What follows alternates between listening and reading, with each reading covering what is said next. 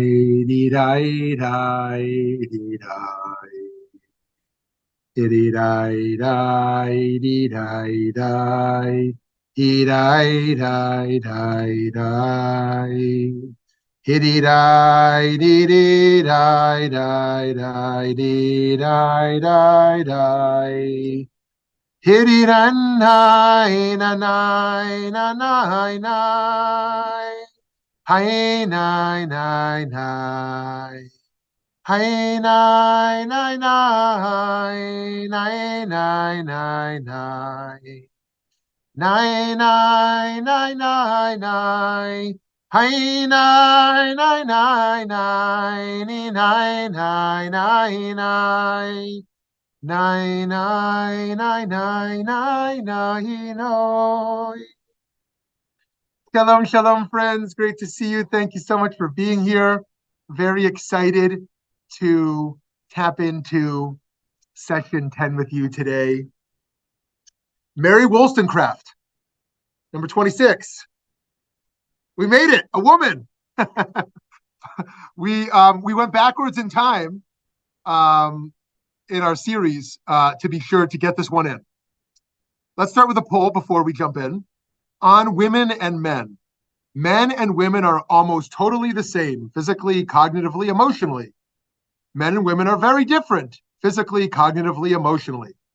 I know there's many more options than that, but if you had to choose between those two, which would you choose?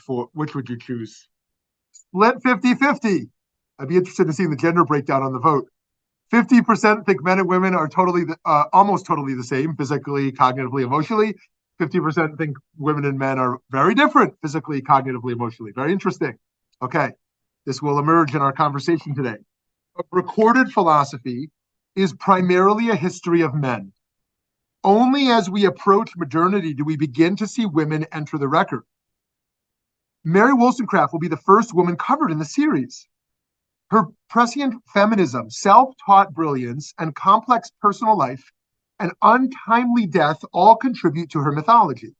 Wollstonecraft also offers us an opportunity to think about how Jewish tradition overlaps and departs from early feminist thinking.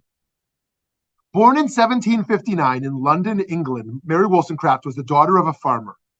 Like any girl of the era, her education was limited, though it was enough that she was able to work as a schoolteacher, governess, and even translator. In her brief 38 years of life, Wollstonecraft, largely self-taught, being denied access to higher education as a woman, wrote several books concerning the education of women and girls, as well as a novel. Her most influential work was A Vindication of the Rights of Women, published in 1792, which calls for the men and women to be equally educated. Despite the power and almost prophetic nature of her writing, which I'll get to shortly, it must be noted that Wollstonecraft is often talked about as a tragic and scandalous figure. Many people know more about her personal life than they do about her philosophical contributions. Much is made of the fact that she had a child out of wedlock. This was in 1794 when she lived with an American general during the French Revolution. When the love affair soured, she attempted suicide. Others note that she was pregnant with another child when she married William Godwin. In a true tragedy, she died 11 days after giving birth. That child was Mary Shelley, whose fame would in time come to outstrip her mother's. And yet the tragedies and so-called scandals of Wollstonecraft's life are only part of the story. Consider that as a woman, she was barred from the university. In fact, it would not be until 70 years after her death that the first woman would be admitted to university in Britain, when 9 women were admitted to the University of London. So the fact is that Wollstonecraft, without access to the platforms of learning or scholarship that she so deserved, and without any kind of meaningful tradition of female scholarship to build on, managed to leave a lasting mark on Western philosophy. That her contributions are overshadowed by her personal life must be understood as misogynistic. After all, many male philosophers have had deeply scandalous personal lives, and yet their ideas are examined in their own right. We do not begin each discussion of Nietzsche or Schopenhauer, for example, by emphasizing that both men had syphilis. Instead, we privilege their formidable philosophical contributions over their complicated personal lives. We can see, therefore, that in life and in death, Wollstonecraft has not gotten a fair shake. Let's see what we can do about that. Mary Wollstonecraft was a British philosopher, women's rights advocate, and one of the founders of modern feminism. She was deeply influenced by the work of Enlightenment thinker John Locke, which is to say, she placed reason above all else. In Locke's understanding, men have God-given rights discoverable by reason. In Wollstonecraft's view, women also have these rights because reason is available to them. Simply put, because women, like men, have reason, they should have freedom. Today, we might feel uncomfortable with the idea that of reason as a prerequisite for participating in civil life. We would never accept a society in which differently abled people were barred from basic rights, for example. That said, of course we do. There are many states where severe mental disabilities would cause one, for example, to lose the right to vote. And we may have different views on that. But at the time, Wollstonecraft's arguments that anyone other than men deserved rights were considered deeply radical. That Wollstonecraft arrived at such revolutionary feminist ideas without any substantive history of women's rights to build on speaks to her irrepressible brilliance. Wollstonecraft did support voting rights for women in theory. In A Vindication of the Rights of Women, she wrote, "I really think that women ought to have representatives instead of being arbitrarily governed without having any direct share allowed them in the deliberations of government." However, she acknowledged that it made sense that women were denied basic freedoms, including the right to vote, because women's minds remained weak from a lack of education. Having the right to vote and participate in society, she reasoned, requires being informed, which is to say, educated. Therefore, it was the ways that women and girls were and were not educated that made them fit for little else but subjugation. She writes, "Women are told from their infancy and taught by example of their mothers that a little knowledge of human weakness, justly termed cunning, softness of temper, outward obedience, and a scrupulous attention to a puerile kind of propriety will obtain for them the protection of man. And should they be beautiful, everything else is needless for at least 20 years of their lives." No wonder women are obsessed with their beauty. It is all they have been taught. In the societal instruction that Wollstonecraft lived in, a woman's only source of power was to be in the gaze of men. For women, power cannot come from wisdom or even virtue. Her solution, most famously outlined in A Vindication of the Rights of Women, but also visible in her earlier work, Thoughts on the Education of Daughters in 1787, is a complete reform of the education such that boys and girls are educated equally. In her writing, you can feel her passion, her frustration, and even her wit. My own sex, I hope, will excuse me if I treat them like rational creatures, instead of flattering their fascinating graces and viewing them as if they were in a state of perpetual childhood, unable to stand alone. She notes that it's not just women who are enslaved to the limitations of the education system of the day, but also that many men are hurt by it. She writes, we may instance the example of military men who are like them sent into the world before their minds have been stored with knowledge or fortified by principles. The consequences are similar. Soldiers acquire a little superficial knowledge snatched from the muddy current of conversation. Her observations seem to anticipate the centuries later discussion of so-called toxic masculinity and the ways in which it's harmful not just to women, but also to men. For Wollstonecraft, as for Locke, by the way, education is the key to create active, informed citizens and even morality. Her suggested reforms were way ahead of their time, including the envisioning of a national educational system in which boys and girls learned in mixed classrooms. Despite her incredible foresight, only recently has Wollstonecraft begun to get her due in terms of her influence on feminism. For 2 centuries, she was dismissed on account of her personal life. Even today, as she's getting the renewed attention and respect she deserves, there's no significant memorial to her anywhere in England or abroad. Someone who never doubted Wollstonecraft's legacy was her own daughter, Mary Shelley, the very same who went on to write the hugely influential book Frankenstein. Profoundly affected by her mother's philosophy, the younger Mary wrote, "The memory of my mother has always been the pride and delight of my life." It is said that Mary Shelley learned the alphabet by tracing the letters on her mother's grave. We know for a fact that Mary Shelley read all of her mother's work several times and even wrote about the pressure she felt to rise to her mother's talent. In a way, it's a comfort that in Mary Shelley, one of the great writers of the English language, we see some of Mary Wollstonecraft's vision for women's education coming to life.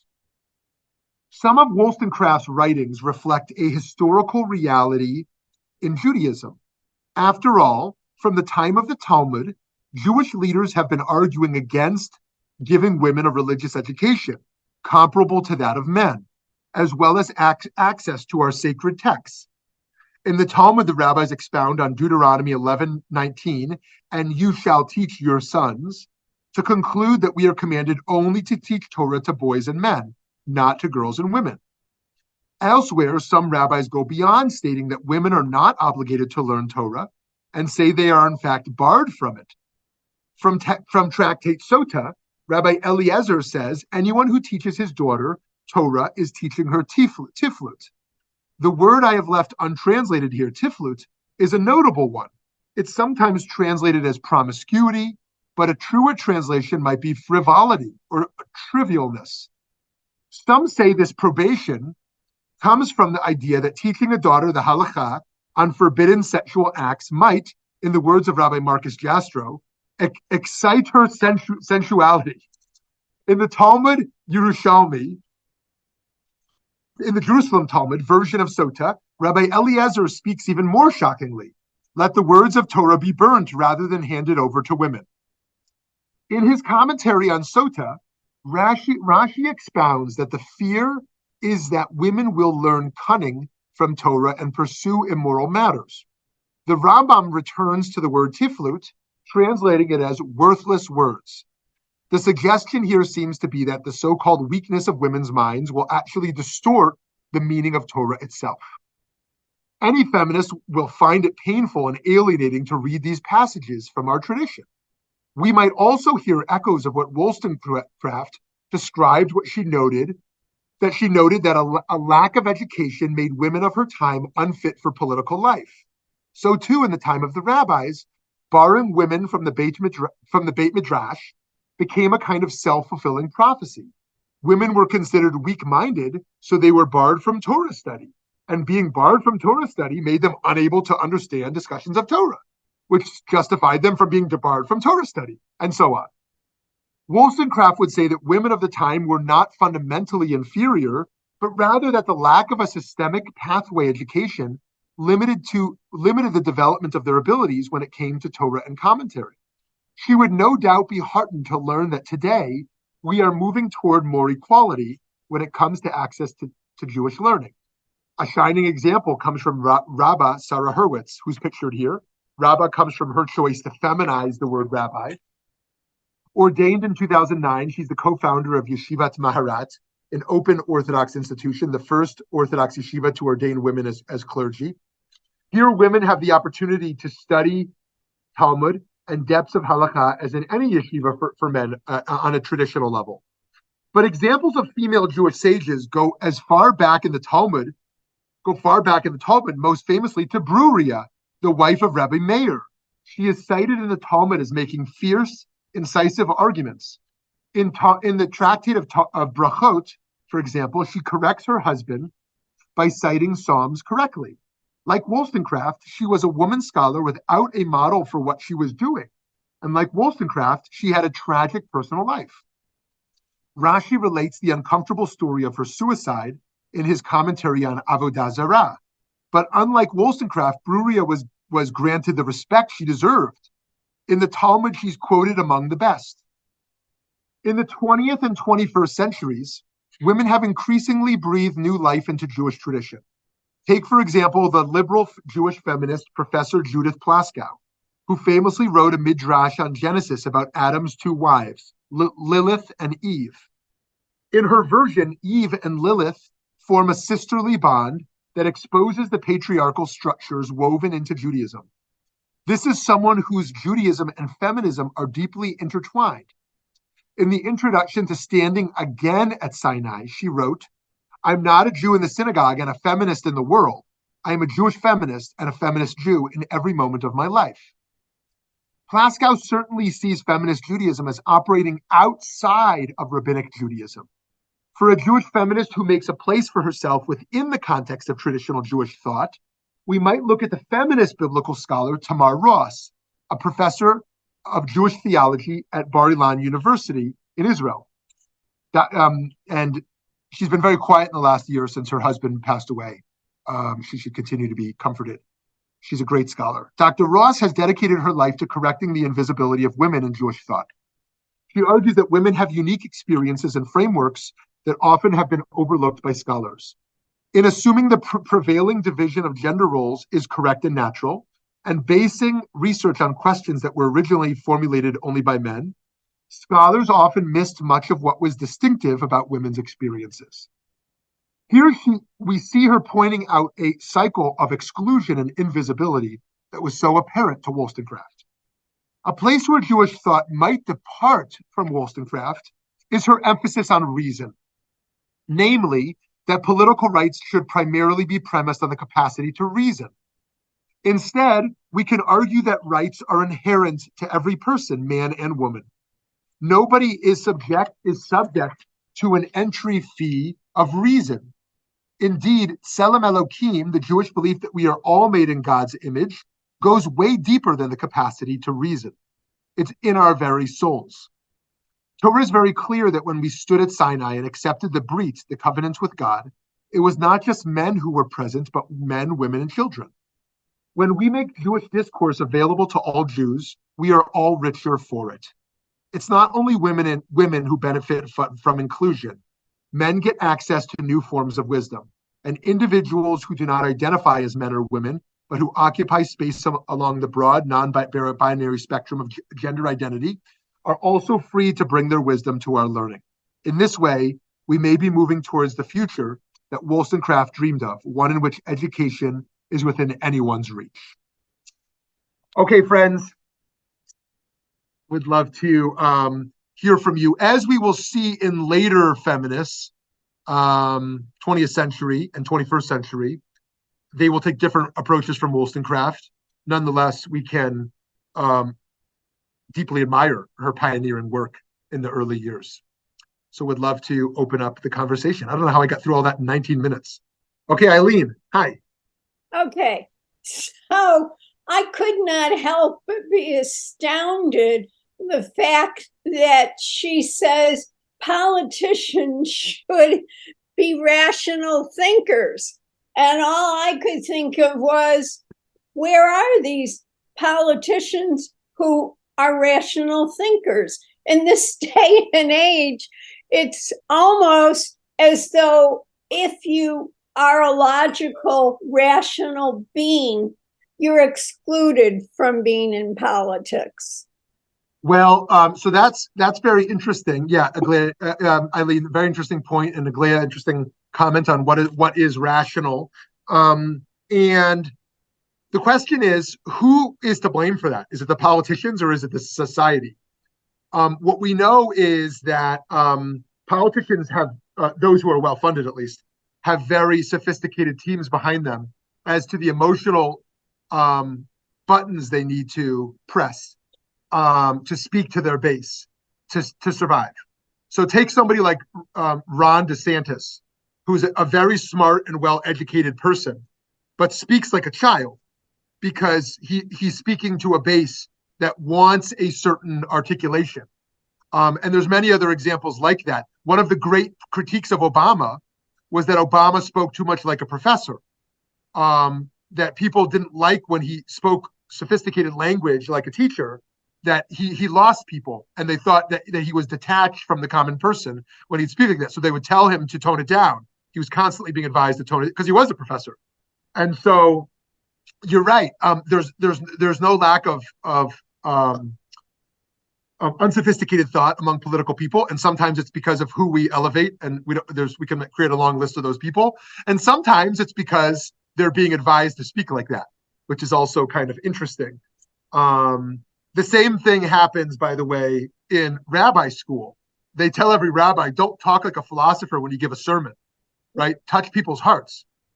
Tell them stories that's going to touch their hearts. I was worried about this own class series because in our kindness series, we told lots of stories, and it was very kind of, the idea was to be emotionally arousing towards kindness. And this is kind of a different series. Like, I'm not telling stories. I'm not tapping into emotionally evocative moments. This is really exploring the world of philosophy. And I was worried if, if I would lose my friends here. So, but nonetheless, I'm committed to multiple approaches of how we think about these issues together.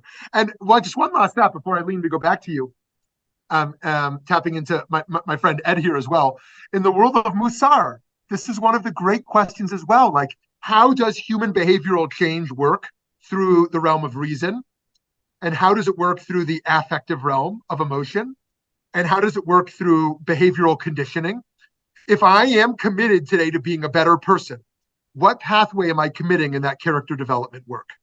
Am I reading more and thinking more critically about difficult moral issues? Am I trying to arouse my immoral imagination for my moral capacity? Am I listening to inspiring stories that help me think about how I can actualize my potential? Am I conditioning myself behaviorally? And it's a great question, and about how we grow. Eileen, back to you, because I think you were going to respond. Yeah, I want to go back to your poll. Are men and women different? And I would say, yeah, scientifically now, even though scientists have based the majority of their studies on men, they're starting to study women and are discovering that we women have a lot of things that men don't have. Great. So you're tapping into something very interesting we'll get to later in feminist thought. Going back to our poll question, are women very much fundamentally similar with men, or very much fundamentally different? And in early feminist thinkers, the idea was, we are the same, we are the same. And in later feminist thinkers, it was building on difference. Of course, there's lots of nuance in there, but much more this idea of, yes, equal rights, but let's tap into unique women's wisdom, right? Because women know things in different ways. There's different ways of knowing. Going to Carol Gilligan, and once again her critique of Kohlberg, in the way that actually women know things morally different from how men know things. Now, this is a very hot topic because many women find offensive the idea that men and women know things differently. Other people say, no, women actually fundamentally are superior in our ways of knowing, and those are not conditioned; those are inherent. Right. And so it's a great topic to continue to explore, and very controversial. If you remember a big controversy that emerged in Harvard about 10 years ago, it was around, why are there less women in the math and science fields? And according to some, it was okay that more men were being admitted, because men had a higher cognitive capacity to do those fields, and according to others, this was horrific, and the admissions need to be completely equal between men and women, even if the applicants from women were less qualified than the men. And there was a raging debate that's great to follow, and Larry Summers was the president of Harvard at the time, and Steven Pinker was involved in that. And I'd love to hear people's thoughts on that. Anyways, Eileen, thanks for weighing in. Just before we move on, Lauren, maybe as you start your comment, you can tell me what MTG means. Excuse my ignorance. You wrote in the chat MTG, and I don't know what that means. Marjorie Taylor Greene. Fast. Oh, okay. Okay. Okay. I had to say fast. I couldn't help, but I'm waiting for my laser. I've yet to receive it. Just think what we could do with it now. Just in mentioning, because you're mentioning, studying Torah is like tiflut and all that. Years ago, I took a fantastic class in the development of halakha towards women's learning and in general. And it's amazing how it went from that to, when the Beit Yaakov schools came out. I mean, that was radical. Right now we think of Beit Yaakov as, well, that's a pretty conservative kind of teaching, but it was very radical. But we've gone from that to women studying Chumash, Tanakh, to now women learning Talmud and Gemara, to women getting like Orthodox smicha from Maharat, from Midrash at Lindenbaum. So, we've seen tremendous progress through to both male and female Jewish thinkers. So I just wanted to mention that. Great. So thank you for that. Yeah, I mean, we might think of like other movements getting this long ago, but the truth is we're only a few decades out from the Reform movement ordaining Rabbi Sally Priesand, and the conservative movement, ordaining Rabbi Amy Eilberg, and the Orthodox movement ordaining Rabbi Sarah Hurwitz. All of these movements are just in recent decades, and yeah, you tapped into Beis Yaakov.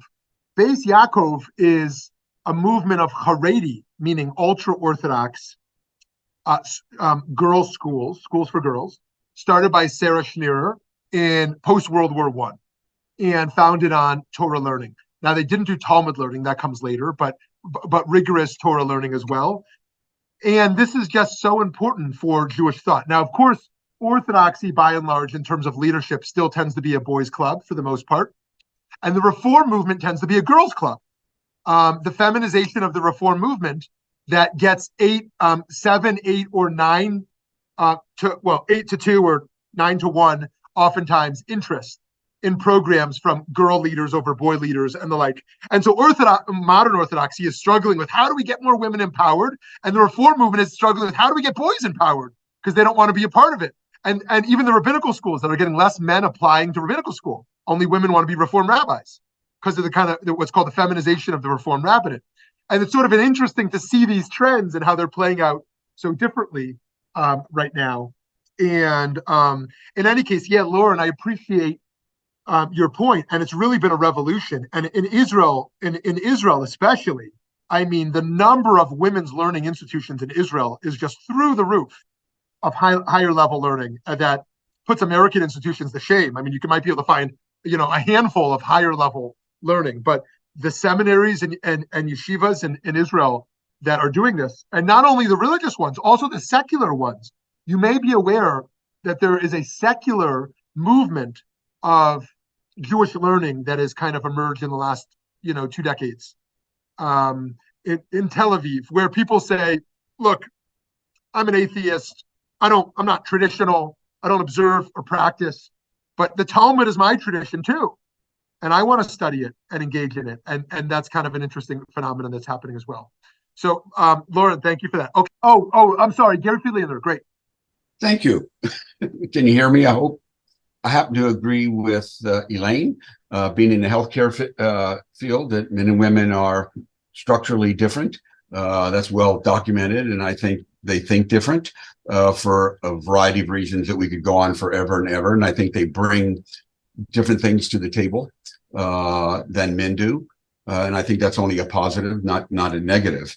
But I wanted to address, well, where'd she go? I always forget her name. Lauren's point and your point about women becoming involved in not in Orthodoxy, but in Reform Judaism. And you see a movement in Orthodoxy.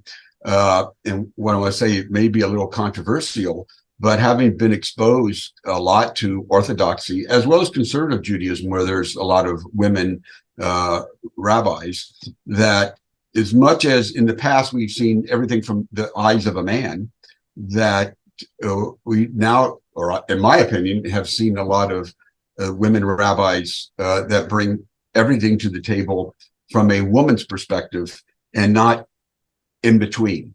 So we swung from one side over the years, and now we've swung to the other because obviously men think different and women think different. And I would like to see if you're going to bring women into the fold, and I think that's wonderful, that they also have to understand as rabbinic leaders that not everybody is a woman. I'm a man.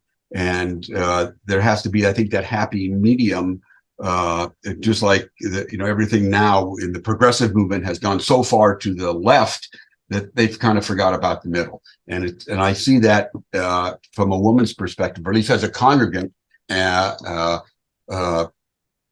sitting in a minyan or sitting in shul. So that's one. Two, other thing I want to mention, last week we ended up, the last thing I think we discussed was, as knowledge changes, do truths change? And I think we mentioned that. So as knowledge has moved on forward about women and what they bring to the table is important. Why haven't we really seen that change in truth? Or have we seen a change in truth, especially in Orthodoxy? Though you see these little movements moving more forward. Majority of Orthodoxy does not believe in that. I have many friends in Orthodoxy, from modern Orthodox to Haredi, and they're very much stuck in what the Torah and Talmud and those commentaries have to say, and they still live their lives in a truly man's world. So that's my opinion. Thanks, Gary. Thanks for sharing all that, and I'll leave all that open for others who want to engage with some of the directions Gary's going here.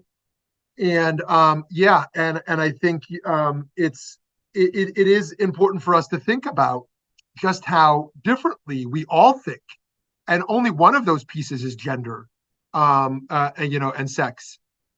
We all different races and different socioeconomic backgrounds and different upbringings, different genetic dispositions, different memories, traumas, and glories. There are so many factors that lead us to think differently. And it's so easy, ethnicities, religions, and it's so easy to think when we're talking to people that they're kind of processing the same as us. And that's one of the great things about being in a relationship where there's kind of some trust, is to identify just how differently we think about things. And so there are people who want to, kind of reduce things to binaries, as if, all Democrats think like this and Republicans think like this and all men think like this and women think like this.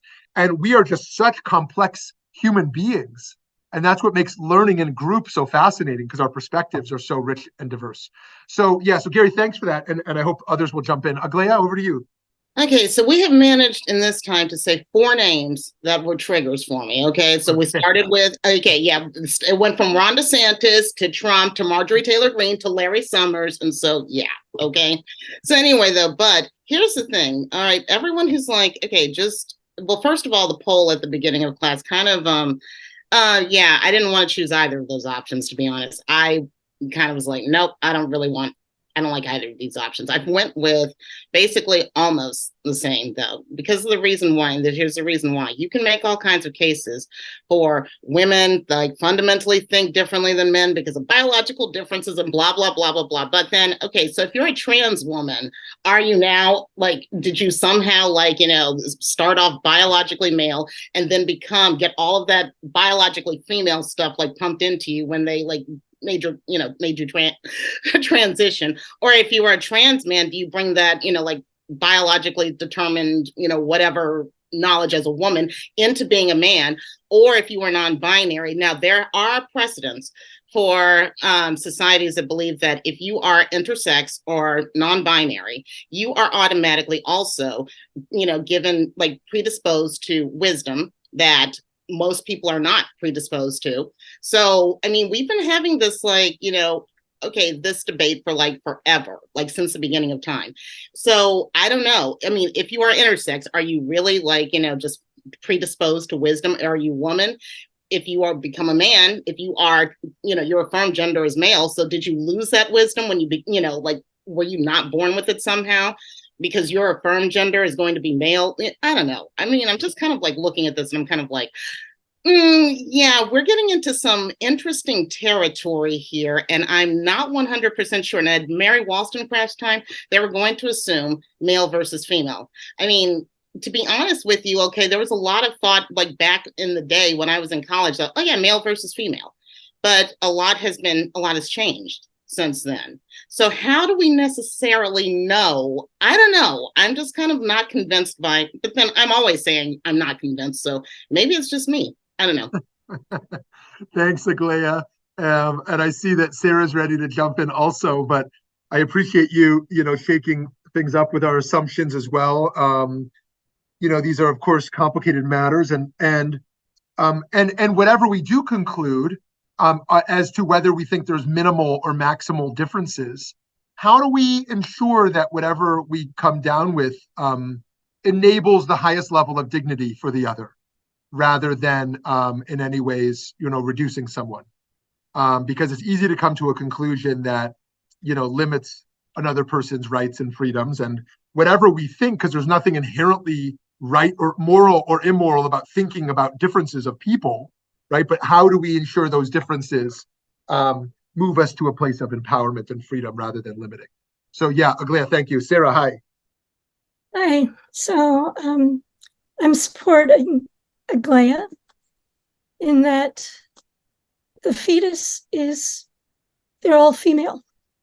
And it isn't until later in development, in the intrauterine development, that testosterone then begins to change the genitalia to form the male when that happens. I also really struggle with this binary notion that we're one or the other. And when I read that question, I was stumped in your poll originally, because it's true and it's not true. It's all of that culturally, those of us who have been born female or have chosen that role are treated in a particular manner in any given culture. And what that looks like is determined by the culture, whether we're educated, whether our mind is developed, whether we're told at an early age, you can't do math. I remember so many strange insults through my childhood of, the teacher saying, oh, well, I'm gonna coach all these boys so that girl won't beat them. Or standing outside my chemistry professor's door and having him say to another student, well, I wish I could give you the top prize. I'm sorry, because I got it. What is that about? It's culturation. And so just the question of what we are capable of, who we are capable of becoming and being, is a mystery. It's not determined except often by our culture. I'm complete. Awesome. Thank you, Sarah. Thank you so much. And this is one of the great works of all liberation movements, but certainly of Jewish liberation work, I think, to think about how the potential of every being, of every person, can be actualized and not be limited. And we're going to see that actually in Martha Nussbaum later, her work on thinking about capabilities and maximizing people's capabilities. And it's worth us also thinking about our own character for a moment. Whenever we're talking to people each day, what language do we choose that enables them to flourish more versus in some way limit them? And there's some subtle ways we might not always realize that we use language to limit others and their potential. And how do we, rethink that?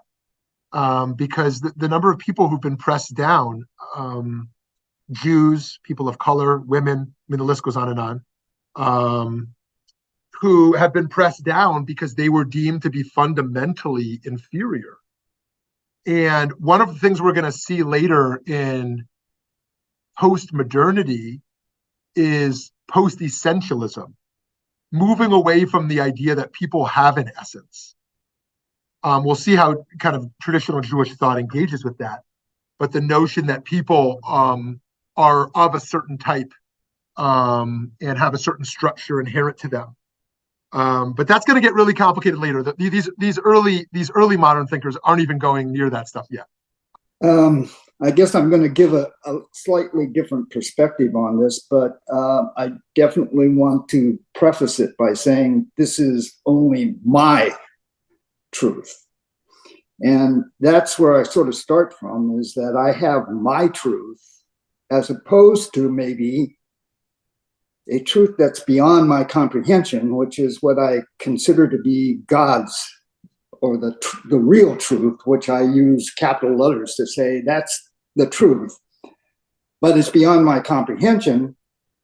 And then there's this group in the middle, huge group, that says they're, bound together, if you will, by a truth that the group believes in, but it might differ from another group. So you may have a number of these groups, in fact you do, in religion, in politics, in social economic structures, and everything else. I got involved in this in a volunteer organization that was mainly women, and they wanted me to discuss with them the divine feminine. And this was when feminism was kind of big, so I decided to decline. But it sort of stuck with me because I kept running into this issue, the term divine feminine. And so I somehow had to factor this into my truth. Now, it isn't necessarily Christian because that's in the group. It's just strictly mine. So I want to make sure that everybody understands that. So what it came down to, and particularly in discussion with some a Lutheran pastor, a woman Lutheran pastor, and a minister. She was a hospital chaplain in a small town. One was Catholic, one was Lutheran. And in my discussions with them, we came to the kind of conclusion, if you will, that we are all created in God's image. Now, that might, the definition of that might differ, but we came to the conclusion that we all have divine feminine, divine masculine, the truth, but we might not understand it. So we are born with this, or we are conceived with this. What makes us different is there are physical, things like this, but it's the environment, your experiences, and your knowledge, your learned knowledge that differ. Even though I grew up in America, in the United States, my parents both were born in the United States. My grandparents immigrated from Japan. The objective was to assimilate. Now, I know that's kind of a bad term, but that was the marching orders. We had to assimilate. We even moved out of areas where they were mainly Japanese. And that went actually okay for me until the 1960s. And then we had a major change in just about everything got turned upside down, from Vatican II to civil rights that peaked in 1965 to obviously the Vietnam War, and then the political issues that occurred with Watergate and so forth. And that basically then got me into this, I don't know what the truth is. And in fact, I barely know what the truth is in the groups around, but it would be to my advantage to listen and learn, so that if I were to ever enter into conversation with somebody, I better find out first where they sat with their truth and their group's truth. And so I'd have to listen to both the pros and cons, if you will. And then I would come up with my truth. Probably means that I won't even attempt to make that or push that onto somebody else, as much as Musar would say, you got to live it. Just live it. Maybe you become an example, but it's difficult enough to go out there every week under Musar and practice humility, loving kindness. So for me, it was sort of a truth for me to figure out and then practice it. Beautiful. And that's so powerful. Two things I'm taking away from what you said. One is our total breakdown of capacity in society these days to listen. The spiritual practice of listening. That we've selected that there's a very small select group of people we actually want to listen to, and everyone else is not worth listening to. But that humility and that ability to hold a lot of different truths and a lot of different perspectives, hold it compassionately and gracefully and with humility. But then your next step, Ed, feels to me just as important. That even while we're holding all those multiple truths that we're hearing from other people articulate, we then affirm our own truth and we live with it, because that is, there's an integrity in that, not just being able to hold all those truths, but being able to actually affirm our own and live with integrity with our own truth as well. So I appreciate you bringing that to life for us in your own Musar practice, and that works as well here. I've always been a little bit, felt that there's something limited to men who only want to learn with men and women who only want to learn with women. And many other things like that. People, Orthodox Jews who only want to learn with Orthodox Jews, and Reformed Jews who only want to learn with Reformed Jews, and on and on. The sense that like we kind of want to be in a space only where we're going to hear what we already kind of know. And as that relates to also with the divine truth and how we think of gender with the divine, as Mary Daly famously said, if God is a man, then man is God. And so that critique also of how we use theology responsibly. And going back to the creation story, we see there's kind of some different perspectives. Let me share my screen for a moment. So if you go to the Midrash of Genesis Rabbah, it says, Rabbi Yirmiyah ben Elazar taught, when the Holy One created Adam, God created Adam as an androgynous person. As it is written, male and female God created them.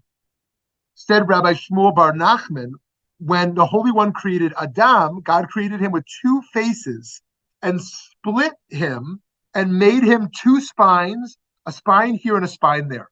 So the rabbis think that one idea of how creation happened was actually an androgynous being that contained all of gender and was then split, apart. The Zohar continues here. Male and female, God created them. And when they were created, God blessed them and called them Adam, human.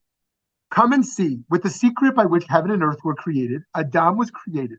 Come and see. Anywhere where male and female are not found as one, the Holy One does not place God's abode. One is not even called Adam unless male and female are as one. So that's very interesting that what the Zohar is saying something really radical here. To actually be a human, you need to contain the male and female within you, right? That is what makes us human, is the ability to return to that original being of creation and hold all of that together. Now, whether we think that's essential, that I am in my soul male and female, or whether we think, as Ed is saying, that's learning perspectives. I'm going to hold male perspectives and female perspectives, whatever those may be, right? Together, right? This idea of what it means to actualize our humanity as being genderful rather than genderless. Now, that's not a critique of those who want to be genderless. In the non-binary world, there's those people who want to be genderless, and there's those people who want to be genderful. So too with God, there are people who want God to be very gendered. God as male and God as female speaks to them deeply, and there's people who want to degender God, that God is not male or female or gendered at all.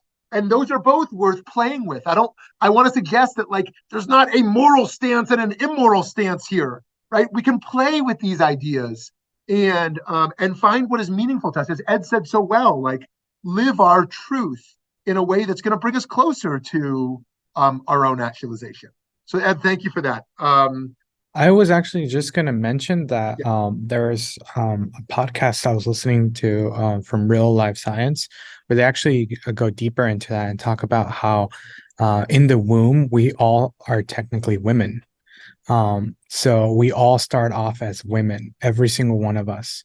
So there's like parts of that they talked about, like how do you tie into and then like it moved into a little bit more of like spiritual practice, but like how do you tie into like your internal like feminine parts that can help you develop a new sense of thought and compassion. And then they also talked about how like data shows that women have a faster age of cognitive development, and how like science now is looking at trying to develop to see at what point does that compare with men, and like why is that happening.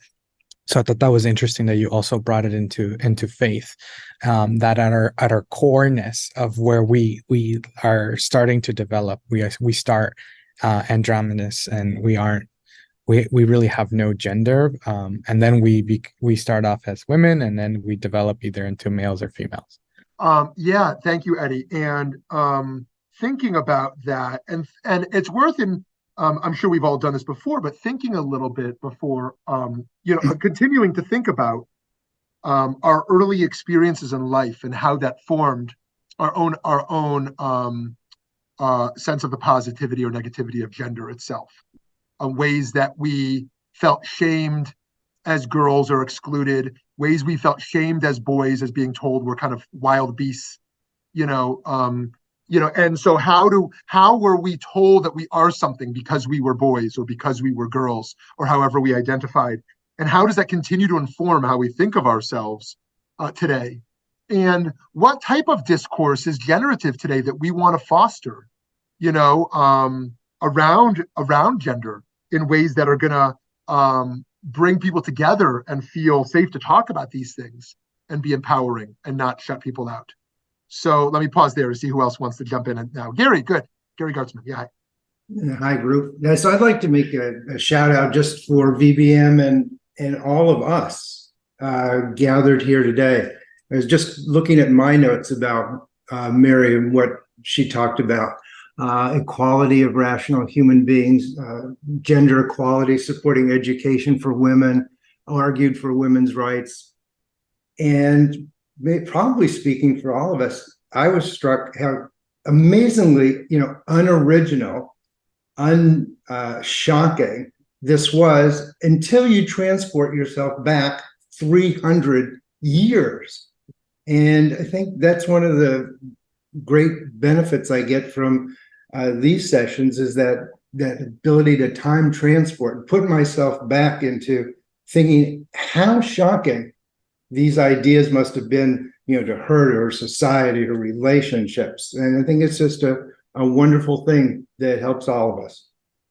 Awesome. Thank you for that. And one of the things that I love about our time together is that we partially are in our own moment today of November 7th, 2023, and everything that's morally charged today. But we also look to future continuity, and we look to the past, and we look at things in their own context, and and see how radical ideas were in their own time, even if they might seem so obvious to us today. So I appreciate you sharing that, and for us to offer some respect to these thinkers, even when, some of them, did some might have ideas we don't appreciate or did some things we certainly don't agree with, but to understand that, like, one of the great wars today is just between people who want to engage in thought and those who don't. And just being aligned with philosophers, the fact that they want to think critically about life and meaning and ethics, even if we disagree with their conclusions. And to have been such a brave woman to have stood up at this time and and push back. And I mean, it's almost impossible for us to imagine the kind of pressures, that would be against a person like that you demonize for such things. So thank you, Gary Gartsman, for that. Gary Friedlander, yeah.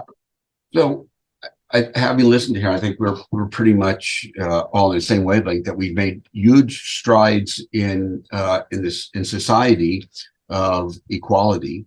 But I'm curious, what's your thoughts on why we see so much emphasis on wanting to go backwards in some of the religious world, be it evangelicalism, be it orthodoxy. Great.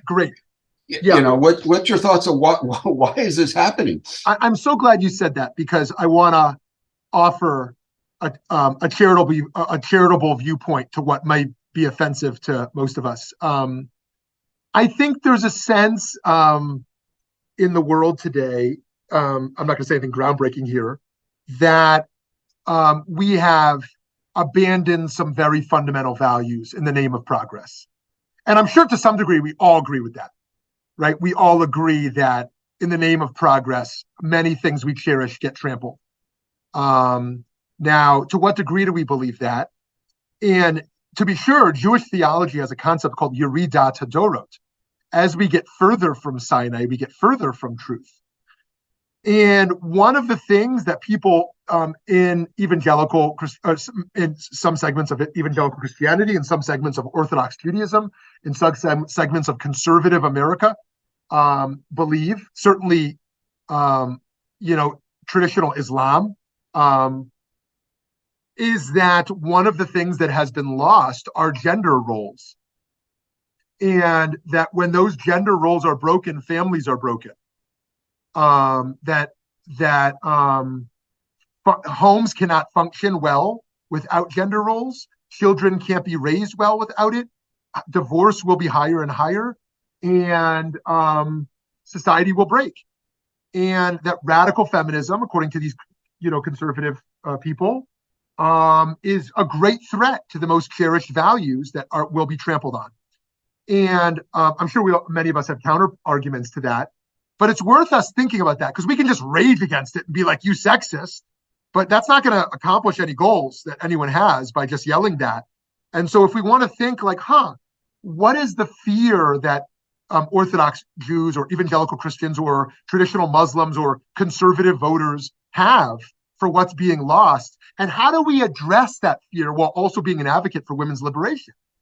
That's an interesting conversation to have, of how we can achieve that. And that's one of the things that's happening in kind of the progressive traditional spaces, like progressive Muslims or progressive Orthodox Jews or progressive evangelicals or progressive Catholics or the like. And the Pope is in that category as well. The Pope is someone who is pushing for progress while trying to manage a global Catholicism, which is deeply committed to traditionalism. And so we see that playing out time and time again. And again, I think yelling at people that they're just racist and sexist and homophobes, there's a place for that. But there's another place where actually that sets it back, because it pushes them further away from wanting to have any respect for people pushing for progress.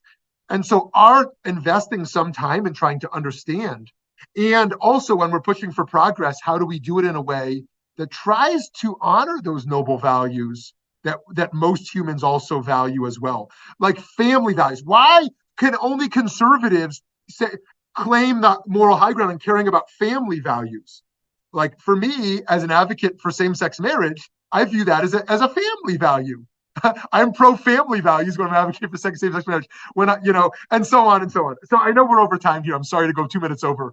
When we get to Simone de Beauvoir as well, and so many others, this conversation we're having now is gonna continue. Yes, exactly. Who defines the role, and how threatening it is when the power over position of a role is challenged? If only men determine what the gender roles are, then that's a corrupt institution fundamentally. If women and men are partners in identifying, right, that there are different roles, and those are not just limited to gender, although gender may be one of the conversations in it. For example, should women have more time off for work after having a baby because they want to nurse, as opposed to a man who's not going to nurse? Some will say yes, women should have more time off after having a baby.